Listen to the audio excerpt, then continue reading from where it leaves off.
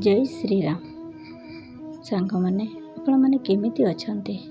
आशा करुची भगवान का दयारे आपण मैंने भलरे थिबे।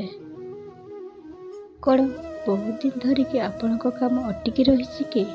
कौन बहुत दिन हेब आपण को घरे अशांति लगी रही कि? आउ आपण टेंशन बा डिप्रेशन रे अछंती कि?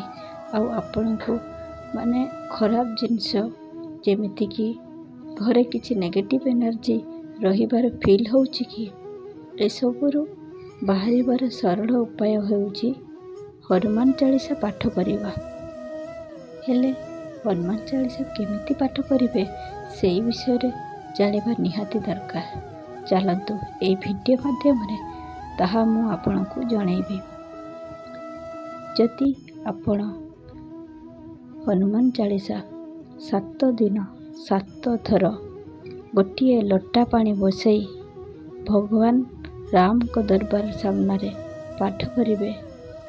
आउ गोटे थाली रे फल नेबे, फल आउ बुंदी लडू एमि आउ दीपटिए गोटे जलैबे। एमिति करी 7 दिन 7 थर करिवे। आउ गोटे टाइम रे आपण एई हनुमान चालीसा पढ़िबे। हुए तो ब्रह्म मुहूर्त रे पढ़िबे, नहले आपण संध्या बेले पढ़िबे, 8टा पर पढ़ी पारिबे। आपण एई विधि रे पढ़िबा द्वारा आपणकर सबु समस्या दूरीभूत होइजिवो।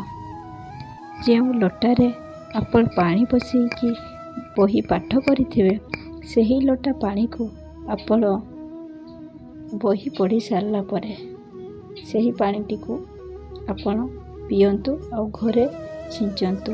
ता सहित घर रे समस्त को दियंतु। जदि स्त्री लोक मानकर देह खराब होता है सेमानकु सेही पानी दबा अनुचित।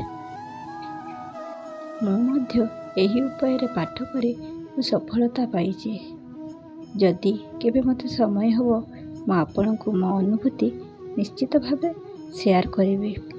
आ सांग माने मने रखिबे जहाँ भी आपण संकल्प नेबे मनरे भक्ति और भाव रखिकी नेबे। आ ता पूर्व बड़ कथा है आपण भगवान को ऊपर विश्वास रखिकी पाठ करिवे। एहा द्वारा आपण निश्चित भावे सफल हेबे। आ मोर प्रभु हनुमान को ऊपर विश्वास अछि से आपण को ऊपर निश्चित भावे कृपा करिवे। जय राम श्री राम, जय जय राम। राम लखन सीता की जय। संकट मोचन महाबली हनुमान की जय।